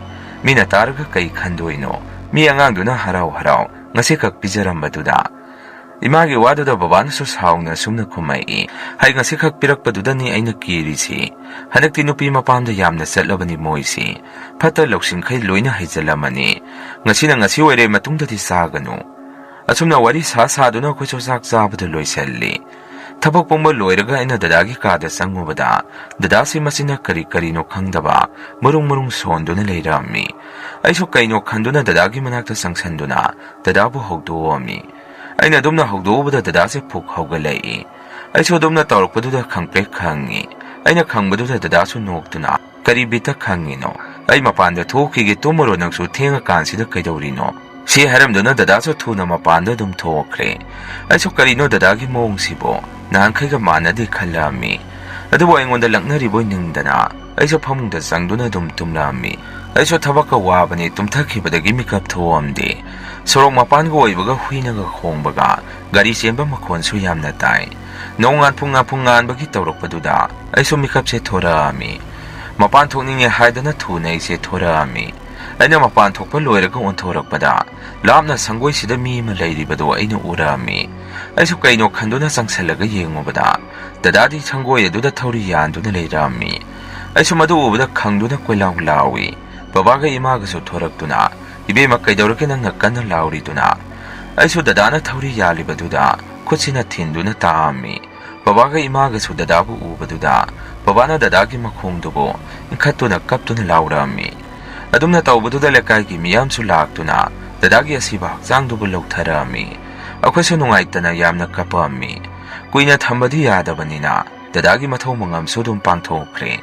Lakay miso khara laktuna yumda ahing lekpirami. Aichu chai sing chaba loiraga. Aigi kada dum sangami. Asumna ina changakpada dadagi kasi mi leibagom. Thonga do mathanda lonselai. Aichu kaino khandana kaduda tapna sangami. Aina hek changbaga aingonda. Asaba nungsit ama phujalai. Aduga isu kaduba kwilay layduna yeng. ꯑꯗꯨꯃꯥꯏꯅ ꯂꯩꯔꯤꯉꯩ ꯑꯩꯁꯦ ꯀꯅꯥꯅꯣ ꯑꯃꯅ ꯇꯞꯅ ꯀꯧꯔꯛꯄꯒꯨꯝ ꯇꯧꯔꯛꯏ꯫ ꯑꯩꯁꯨ ꯀꯤꯕꯗꯒꯤ ꯑꯩꯒꯤ ꯀꯥꯗ ꯊꯨꯅ ꯆꯪꯉꯝꯃꯤ꯫ ꯇꯟꯖꯥ ꯑꯗꯨꯗ ꯏꯃꯥꯁꯨ ꯑꯩꯒꯤ ꯅꯥꯛꯇ ꯆꯪꯉꯛꯇꯨꯅ "ꯏꯕꯦꯝꯃ, ꯅꯪꯕꯨ ꯅꯊꯟꯗ ꯇꯨꯝꯕ ꯀꯤꯕ꯭ꯔꯣ? ꯅꯄꯥꯁꯨ ꯃꯄꯥꯟꯗ ꯃꯤꯁꯤꯡꯁꯤꯒ ꯂꯦꯛꯀꯅꯤ ꯍꯥꯏ꯫ ꯅꯪꯕꯨ ꯀꯤꯔꯒꯗꯤ ꯏꯃꯥꯒ ꯇꯨꯝꯁꯤ ꯍꯥꯏꯔꯤꯕ꯭ꯔꯣ?" ꯑꯩꯅꯁꯨ "ꯍꯣꯏ ꯏꯃꯥ, ꯑꯩ ꯌꯥꯝꯅ ꯀꯤꯖꯩ. ꯃꯇꯝ ꯈꯔꯗꯤ ꯏꯃꯥꯒ ꯇꯨꯝꯃꯤꯟꯅꯁꯤ." ꯃꯄꯥꯟꯗ ꯂꯩꯔꯤꯕ ꯅꯨꯄꯥꯁꯤꯡꯗꯨꯅ ꯁꯥꯟꯅꯔꯤꯕ ꯋꯥꯔꯤꯗꯨꯁꯨ ꯑꯩꯅ ꯇꯥꯔꯝꯃꯤ꯫ ꯃꯗꯨꯗ ꯅꯨꯄꯥ ꯑꯃꯅ ꯁꯨꯝꯅ ꯍꯥꯏ, "ꯁꯍꯨꯝ ꯌꯥꯝꯅ ꯀꯜꯂꯤ, ꯇꯨꯝꯕ ꯌꯥꯒꯗꯕ ꯃꯥꯟꯗꯦ."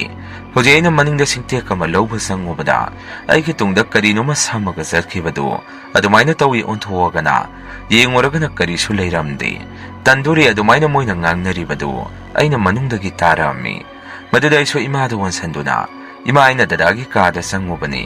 ꯃꯗꯨꯗ ꯑꯩꯕꯨ ꯀꯅꯥꯅꯣ ꯑꯃꯅ ꯀꯧꯔꯛꯄꯒꯨꯝ ꯇꯧꯔꯛꯏ꯫ ꯃꯄꯥꯟꯗ ꯑꯍꯤꯡ ꯂꯦꯛꯅꯔꯤꯕ ꯃꯣꯏꯅꯁꯨ ꯀꯩꯅꯣ ꯋꯥꯔꯤ ꯃꯌꯥꯝ ꯑꯃ ꯁꯥꯟꯅꯍꯧꯏ꯫ ꯑꯩꯒꯤ ꯋꯥꯗꯨ ꯇꯥꯔꯒ ꯏꯃꯥꯅꯁꯨ ꯇꯞꯅ ꯁꯨꯝꯅ ꯍꯥꯏꯔꯛꯏ, "ꯏꯕꯦꯝꯃ, ꯅꯪ ꯍꯌꯦꯡꯈꯩꯗꯤ ꯑꯗꯨꯗ ꯆꯪꯉꯨꯅꯨ. ꯀꯥꯗꯨ ꯗꯦꯕ ꯀꯔꯃ ꯂꯣꯏꯔꯒ ꯁꯦꯡꯗꯣꯛꯇ꯭ꯔꯤ ꯐꯥꯎꯕ ꯑꯗꯨꯗ ꯆꯪꯉꯨꯅꯨ. ꯁꯨꯃꯥꯏꯅ ꯂꯩꯈꯤꯗꯕꯁꯦ ꯈꯔꯗꯤ ꯑꯗꯨꯝ ꯇꯧꯏ ꯍꯥꯏꯅꯕꯅꯤ." ꯑꯁꯨꯝꯅ ꯅꯨꯃꯤꯠꯇꯨ ꯏꯃꯥꯒ ꯑꯩꯒ ꯄꯨꯟꯅ ꯇꯨꯝꯃꯤꯟꯅꯔꯝꯃꯤ꯫ ꯑꯍꯤꯡꯒꯤ ꯃꯇꯝꯁꯤꯗ ꯗꯗꯥꯒꯤ ꯀꯥꯁꯤ ꯃꯤ ꯑꯃꯅ ꯃꯔꯨꯡ ꯁꯣꯟꯕꯒꯤ ꯃꯈꯣꯜ ꯑꯃꯗꯤ ꯌꯦꯅꯈꯥꯁꯤꯗ ꯗꯨꯛ ꯗꯨꯛ ꯍꯥꯏꯗꯅ ꯃꯤ ꯑꯃꯅ ꯀꯟꯅ ꯀꯟꯅ ꯁꯨꯕ ꯃꯈꯣꯟꯁꯤ ꯇꯥꯔꯝꯃꯤ꯫ ꯑꯩꯁꯨ ꯃꯗꯨ ꯇꯥꯕꯗ ꯀꯤꯖꯕꯗꯒꯤ ꯏꯃꯥꯕꯨ ꯍꯧꯗꯣꯛꯇꯨꯅ, "ꯏꯃꯥ, ꯃꯈꯣꯟꯁꯤ ꯇꯥꯕ꯭ꯔꯥ ꯌꯦꯡꯉꯨ. ꯑꯩꯗꯤ ꯌꯥꯝꯅ ꯀꯤꯔꯦ. ꯑꯁꯤꯕꯨ ꯗꯗꯥꯒꯤ ꯊꯋꯥꯏ ꯑꯣꯏꯗꯣꯔꯤꯔꯣ?" ꯏꯃꯥꯅꯁꯨ, "ꯏꯕꯦꯝꯃ, ꯇꯨꯝꯕ ꯊꯦꯝꯃꯣ. ꯀꯔꯤꯁꯨ ꯇꯥꯁꯜꯂꯨꯅꯨ. ꯑꯁꯤꯕ ꯏꯃꯨꯡ ꯍꯥꯏꯔꯤꯁꯤꯗꯤ ꯈꯔ ꯇꯧꯕ ꯇꯥꯕꯅꯤ. ꯑꯗꯨꯗ ꯅꯪꯅ ꯀꯥ ꯍꯦꯟꯅ ꯈꯟꯖꯜꯂꯨꯅꯨ. ꯃꯤꯅ ꯇꯥꯔꯒꯁꯨ ꯅꯨꯡꯉꯥꯏꯔꯣꯏ. ꯁꯦ, ꯇꯨꯝꯅꯕ ꯇꯧꯔꯣ." ꯑꯩꯁꯨ ꯏꯃꯥꯅ ꯑꯗꯨꯝꯅ ꯍꯥꯏꯔꯛꯄꯗꯒꯤ ꯑꯩꯁꯨ ꯑꯗꯨꯝ ꯇꯨꯝꯕ ꯊꯦꯝꯂꯝꯃꯤ꯫ ꯑꯗꯨꯕꯨ ꯑꯩꯗꯤ ꯀꯤꯖꯕꯗꯒꯤ ꯇꯨꯝꯊꯕ ꯌꯥꯔꯝꯗꯦ꯫ ꯃꯁꯤꯗ ꯀꯀꯥ ꯍꯣꯏꯗꯁꯨ ꯈꯔ ꯇꯧꯔꯛꯑꯕꯖꯥꯠꯅꯤ꯫ ꯀꯀꯥꯅꯁꯨ ꯅꯣꯡꯃ ꯕꯕꯥꯗ, "ꯅꯣꯏꯗꯩꯗꯤ ꯀꯔꯤꯃꯠꯇ ꯇꯧꯗ꯭ꯔꯣ? ꯑꯁ, ꯑꯩꯈꯣꯏꯗꯤ ꯀꯤꯕ ꯑꯃ ꯌꯥꯎꯔꯦ."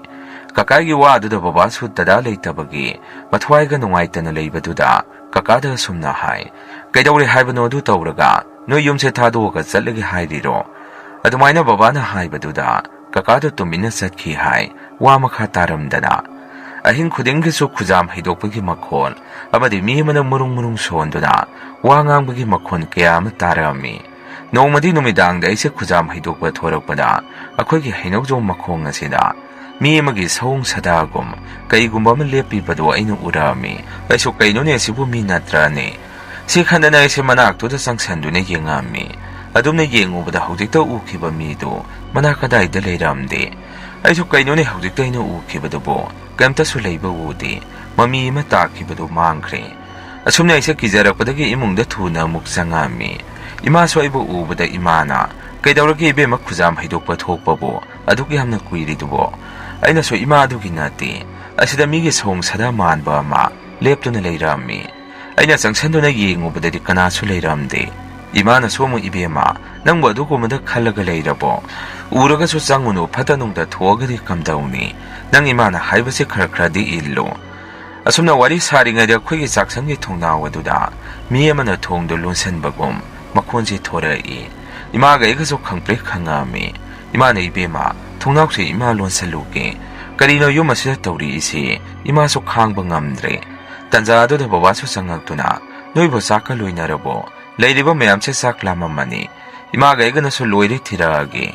ꯑꯁꯨꯝꯅ ꯆꯥꯛ ꯏꯁꯤꯡ ꯆꯥꯔꯒ ꯑꯩꯈꯣꯏꯁꯨ ꯇꯨꯝꯅꯕ ꯇꯧꯔꯛꯑꯝꯃꯤ꯫ ꯑꯗꯨꯕꯨ ꯏꯃꯥꯒ ꯑꯩꯒꯗꯤ ꯌꯥꯝꯅ ꯀꯤꯖꯔꯛꯑꯝꯃꯤ꯫ ꯃꯇꯝꯅ ꯁꯨꯝ ꯍꯧꯈꯤꯕꯅ ꯗꯗꯥꯒꯤ ꯗꯦꯕ ꯀꯔꯃꯁꯨ ꯇꯞꯅ ꯇꯞꯅ ꯄꯥꯡꯊꯣꯛꯈ꯭ꯔꯦ꯫ ꯏꯃꯥꯒ ꯑꯩꯒꯁꯨ ꯌꯥꯝꯅ ꯅꯨꯡꯉꯥꯏꯖꯔꯝꯗꯦ꯫ ꯑꯃꯔꯣꯝꯗꯁꯨ ꯗꯦꯕ ꯀꯔꯃ ꯂꯣꯏꯔꯒꯗꯤ ꯑꯀꯤ ꯇꯨꯖꯨꯡꯕ ꯈꯔꯁꯨ ꯐꯔꯅꯤꯁꯨ ꯈꯜꯂꯛꯑꯝꯃꯤ꯫ ꯅꯨꯃꯤꯗꯥꯡꯗꯅ ꯉꯥꯇꯪꯕ ꯇꯧꯗꯨꯅ ꯃꯤ ꯃꯌꯥꯝ ꯑꯃ ꯆꯥꯛ ꯂꯥꯡꯉꯝꯃꯤ꯫ ꯆꯥꯛ ꯆꯥꯕ ꯂꯣꯏꯔꯒ ꯑꯍꯜ ꯑꯃ ꯃꯄꯥꯟꯗ ꯊꯣꯛꯀꯦ ꯍꯥꯏꯗꯅ ꯊꯣꯛꯈꯤ꯫ ꯉꯥꯏꯍꯥꯛ ꯂꯩꯔꯒ ꯃꯥꯁꯦ ꯀꯟꯅ ꯂꯥꯎꯗꯨꯅ ꯆꯦꯟꯁꯤꯜꯂꯛꯏ꯫ ꯕꯕꯥꯅꯁꯨ, "ꯀꯩꯗꯧꯔꯒꯦ ꯈꯨꯔꯥ?" ꯍꯥꯏꯗꯅ ꯍꯪꯉꯨꯕꯗ ꯑꯍꯜ ꯑꯗꯨꯅꯁꯨ, "ꯏꯕꯨꯡꯉꯣ, ꯅꯆꯥꯅꯨꯄꯥꯒꯤ ꯊꯋꯥꯏꯗꯣ ꯁꯤꯗ ꯂꯩꯍꯧꯔꯦ." ꯑꯗꯨꯃꯥꯏꯅ ꯍꯥꯏꯔꯛꯄꯗꯨꯗ ꯃꯌꯥꯝꯗꯨꯅꯁꯨ ꯃꯨꯟꯅ ꯌꯦꯡꯅꯔꯝꯃꯤ꯫ ꯀꯀꯥ ꯏꯟꯗꯣꯝꯆꯥꯒꯅ ꯇꯞꯅ ꯁꯨꯝꯅ ꯈꯨꯝꯃꯛꯏ, "ꯈꯨꯔꯥꯒꯤ ꯋꯥꯈꯜꯗ ꯑꯣꯏꯔꯝꯒꯅꯤꯗ. ꯁꯤꯗꯕꯨ ꯀꯅꯥ ꯂꯩꯗꯣꯏꯅꯣ? ꯍꯧꯖꯤꯛꯇꯤ ꯗꯦꯕ ꯀꯔꯃꯁꯨ ꯂꯣꯏꯈ꯭ꯔꯕꯅꯤ. ꯑꯀꯤ ꯇꯨꯖꯨꯡꯕ ꯀꯔꯤꯁꯨ ꯄꯤꯔꯛꯑꯔꯣꯏꯗꯕꯅꯤ." ꯕꯕꯥꯅꯁꯨ, "ꯑꯉꯥꯡꯁꯤꯡꯁꯤꯅ ꯍꯥꯏꯔꯤꯁꯤ ꯑꯆꯨꯝꯕꯅꯤ ꯈꯨꯔꯥ.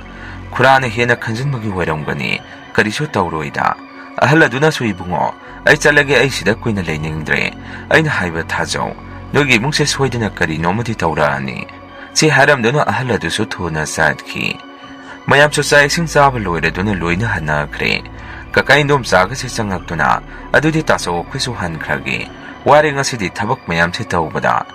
ꯕꯕꯥꯅꯁꯨ ꯐꯔꯦ ꯐꯔꯦ ꯍꯟꯈ꯭ꯔꯣ ꯍꯌꯦꯡ ꯑꯃꯨꯛ ꯋꯥꯗꯣ ꯈꯟꯅꯔꯁꯤ ꯀꯀꯥꯁꯨ ꯍꯟꯈ꯭ꯔꯦ ꯏꯃꯥꯅꯁꯨ ꯕꯕꯥꯗ ꯀꯩꯅꯣ ꯑꯍꯜ ꯑꯗꯨꯅ ꯉꯁꯥꯏ ꯇꯧꯔꯤꯗꯨꯅ ꯕꯕꯥꯅꯁꯨ ꯈꯪꯗꯦꯗ ꯇꯣꯛꯑꯁꯤ ꯍꯩꯅꯔꯛꯇ꯭ꯔꯦ ꯑꯩꯗꯤ ꯑꯗꯨꯒꯤ ꯋꯥꯗꯣ ꯁꯨꯝ ꯇꯥꯃꯟꯗꯅ ꯑꯩꯈꯣꯏ ꯀꯨꯃꯥꯔꯅ ꯃꯔꯣꯜ ꯑꯃ ꯏꯃꯥꯅ ꯑꯗꯨꯗꯤ ꯃꯥꯏꯕ ꯑꯃꯇꯪ ꯌꯦꯡꯊꯣꯛꯄꯅꯗꯤ ꯐꯕꯅꯤ ꯗꯦꯕ ꯀꯔꯃꯁꯨ ꯂꯣꯏꯁꯟꯈ꯭ꯔꯦ ꯏꯆꯥꯅꯨꯄꯥꯗꯣ ꯃꯤꯁꯤ ꯆꯥꯅꯁꯨ ꯁꯤꯈꯤꯕ ꯅꯠꯇꯦ ꯑꯗꯨꯅ ꯌꯨꯝꯁꯦ ꯂꯩꯃꯥꯡ ꯑꯃꯨꯛꯇ ꯈꯣꯏꯔꯝ ꯊꯣꯛꯁꯤ ꯑꯗꯨꯝꯅ ꯏꯃꯥꯅ ꯍꯥꯏꯕꯗꯒꯤ ꯕꯕꯥꯅꯁꯨ ꯑꯩꯁꯨ ꯈꯜꯂꯤꯕꯅꯤ ꯂꯥꯏꯕꯨꯗꯤ ꯑꯃꯨꯛꯇ ꯈꯣꯏꯔꯝꯒꯦ ꯍꯥꯏꯕ ꯑꯩꯈꯣꯏꯒꯤ ꯁꯪꯒꯣꯏꯁꯤꯗ ꯅꯆꯥꯅꯨꯄꯥꯒꯤ ꯃꯁꯛ ꯃꯥꯟꯕ ꯑꯃ ꯑꯗꯨꯝ ꯂꯦꯞꯄꯒ ꯂꯩ ꯍꯥꯏꯅꯩ ꯑꯗꯣ ꯑꯩꯅꯗꯤ ꯅꯣꯡꯃꯇ ꯎꯗꯦ ꯊꯥꯖꯕ ꯉꯝꯗꯦ ꯏꯃꯥꯅ ꯑꯗꯨꯕꯨ ꯍꯥꯏꯕ ꯑꯩꯗꯤ ꯌꯥꯝꯅ ꯀꯤꯔꯦ ꯑꯃꯨꯛꯇ ꯐꯖꯅ ꯌꯦꯡꯊꯣꯛꯁꯤ ꯁꯤ ꯍꯥꯏꯗꯨꯅ ꯑꯩꯈꯣꯏꯁꯨ ꯋꯥꯔꯤ ꯁꯥꯗꯨꯅ ꯂꯩꯔꯝꯃꯤ ꯇꯟꯖꯥ ꯑꯗꯨꯗꯗꯤ ꯃꯄꯥꯟ ꯑꯁꯤꯗ ꯀꯔꯤꯅꯣ ꯈꯪꯗꯕ ꯄꯣꯠ ꯑꯃꯅ ꯊꯥꯔꯛꯏꯗꯨ ꯕꯕꯥꯅꯁꯨ ꯀꯔꯤꯅꯣ ꯍꯥꯏꯗꯅ ꯃꯄꯥꯟꯗ ꯊꯣꯛꯀꯦ ꯇꯧꯏ ꯏꯃꯥꯅꯁꯨ ꯅꯪ ꯊꯨꯔꯅꯨ ꯑꯩꯗꯤ ꯌꯥꯝꯅ ꯇꯜꯂꯦ ꯀꯃꯥꯏꯅ ꯇꯧꯅꯤ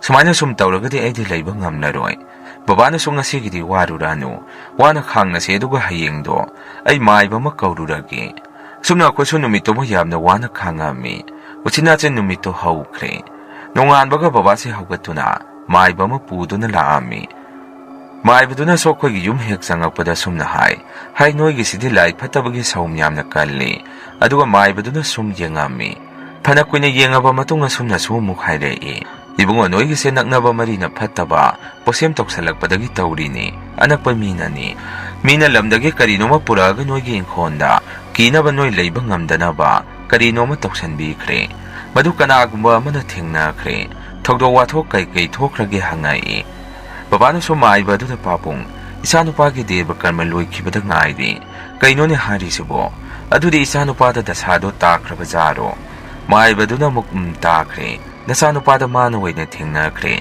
ꯅꯨꯡꯉꯥꯏꯇꯦꯗ ꯑꯗꯨꯃꯥꯏꯅ ꯂꯩꯈꯤꯗꯕ ꯑꯣꯏꯔꯦ ꯅꯣꯏ ꯅꯆꯤꯟ ꯅꯅꯥꯎꯅ ꯑꯣꯏꯗꯣꯏꯅꯤ ꯃꯤꯅ ꯁꯨꯃꯥꯏꯅ ꯇꯧꯕ ꯌꯥꯕ ꯅꯠꯇꯦ ꯍꯥꯏꯗꯅ ꯃꯥꯏꯕꯗꯨꯅ ꯍꯥꯏꯔꯛꯏ ꯕꯕꯥ ꯏꯃꯥꯁꯨ ꯋꯥꯐꯝ ꯑꯗꯨꯗ ꯄꯨꯡꯉꯛ ꯍꯦꯛ ꯉꯛꯏ ꯀꯣꯟꯅ ꯊꯪꯗ ꯕꯕꯥꯅ ꯄꯨꯝꯅꯃꯛꯇꯣ ꯈꯪꯕ ꯉꯝꯈꯤ ꯀꯀꯥ ꯏꯟꯗꯣꯝꯆꯥꯒꯅ ꯇꯧꯕ ꯉꯥꯛꯇꯅꯤ ꯍꯥꯏꯕꯁꯤ ꯑꯗꯨꯅ ꯕꯕꯥꯅ ꯁꯥꯎꯗꯨꯅ ꯀꯀꯥ ꯏꯟꯗꯣꯝꯆꯥ ꯃꯣꯏ ꯑꯅꯤꯗꯣ ꯀꯧꯊꯣꯛꯑꯒ ꯋꯥꯔꯤ ꯁꯥꯟꯅꯔꯝꯃꯤ ꯕꯕꯥꯅ ꯀꯞꯇꯨꯅ ꯀꯨꯃꯥꯔꯁꯦ ꯅꯪꯒꯤ ꯏꯪꯈꯣꯜ ꯄꯇꯥ ꯑꯇꯩꯁꯤꯡꯁꯨ ꯑꯗꯨꯗ ꯂꯣꯏꯅ ꯂꯩꯔꯕꯅꯤ ꯅꯣꯏꯅꯗꯤ ꯃꯁꯤꯒꯤ ꯃꯇꯨꯡ ꯍꯔꯥꯎꯔꯝꯅꯤꯗꯣ ꯅꯣꯏꯅ ꯉꯝꯃꯦ ꯍꯥꯏꯗꯅ ꯑꯗꯨꯕꯨ ꯅꯣꯏꯅ ꯑꯩꯈꯣꯏꯗ ꯇꯧꯔꯤꯗꯨ ꯃꯗꯨ ꯌꯥꯝꯅ ꯇꯧꯍꯩꯗꯕ ꯊꯕꯛ ꯑꯃꯅꯤ ꯃꯁꯤ ꯅꯣꯏꯁꯨ ꯅꯣꯡꯃꯗꯤ ꯁꯣꯏꯗꯅ ꯈꯪꯉꯛꯀꯅꯤ ꯁꯤ ꯍꯥꯏꯗꯅ ꯕꯕꯥꯁꯦ ꯀꯞꯇꯨꯅ ꯏꯪꯈꯣꯜ ꯄꯇꯥꯗꯨ ꯃꯣꯏꯗ ꯁꯤꯟꯅꯔꯝꯃꯤ ꯃꯇꯝꯅ ꯁꯨꯝ ꯍꯧꯈꯤꯕꯅ ꯀꯀꯥꯒꯤ ꯃꯆꯥꯅꯨꯄꯥꯁꯨ ꯆꯥꯎꯔꯦ ꯑꯃꯨꯛ ꯃꯥꯁꯨ ꯊꯧꯔꯤ ꯌꯥꯟꯗꯨꯅ ꯂꯩꯈꯤꯗꯦ ꯃꯤꯅꯁꯨ ꯁꯨꯝ ꯍꯥꯏꯕꯗ ꯊꯧꯔꯤ ꯌꯥꯜꯂꯒ ꯏꯃꯨꯡꯗ ꯃꯤ ꯑꯃ ꯂꯩꯈꯤꯗꯕꯁꯤ ꯃꯈꯥ ꯁꯝꯗꯩ ꯍꯥꯏꯅꯩ ꯑꯗꯨꯕꯨ ꯃꯗꯨ ꯀꯀꯥꯒꯤ ꯃꯆꯥꯅꯨꯄꯥꯗ ꯇꯥꯔꯝꯃꯤ ꯃꯣꯏꯅꯁꯨ ꯃꯇꯝ ꯑꯃꯗ ꯗꯗꯥꯒꯤ ꯊꯋꯥꯏꯗꯣ ꯃꯥꯡꯍꯟꯈ꯭ꯔꯕꯅꯤꯅ ꯃꯇꯝ ꯑꯗꯨ ꯈꯛꯇꯗ ꯃꯣꯏꯁꯨ ꯒ꯭ꯌꯥꯟ ꯇꯥꯔꯝꯃꯤ ꯏꯃꯨꯡ ꯑꯃꯗ ꯃꯆꯥ ꯃꯁꯨ ꯂꯩꯇꯕꯒꯤ ꯑꯋꯥꯕꯁꯤ ꯑꯗꯨꯃꯥꯏꯅ ꯊꯧꯗꯣꯛ ꯃꯣꯏꯗꯁꯨ ꯊꯣꯛꯈꯤ ꯃꯁꯤꯅꯤ ꯃꯌꯥꯝ ꯉꯁꯤꯒꯤ ꯔꯤꯌꯦꯜ ꯍꯣꯔꯔ ꯁ꯭ꯇꯣꯔꯤ ꯃꯊꯪꯒꯤ ꯋꯥꯔꯤ ꯊꯥꯒꯠꯂꯛꯄꯗ ꯃꯌꯥꯝ ꯄꯨꯟꯅꯃꯨꯛ ꯊꯦꯡꯅꯔꯁꯤ ꯉꯁꯤꯒꯤꯗꯤ ꯃꯌꯥꯝꯗꯒꯤ ꯀꯥꯏꯅꯅꯕ ꯕꯤꯗꯥꯏ ꯂꯧꯖꯔꯤ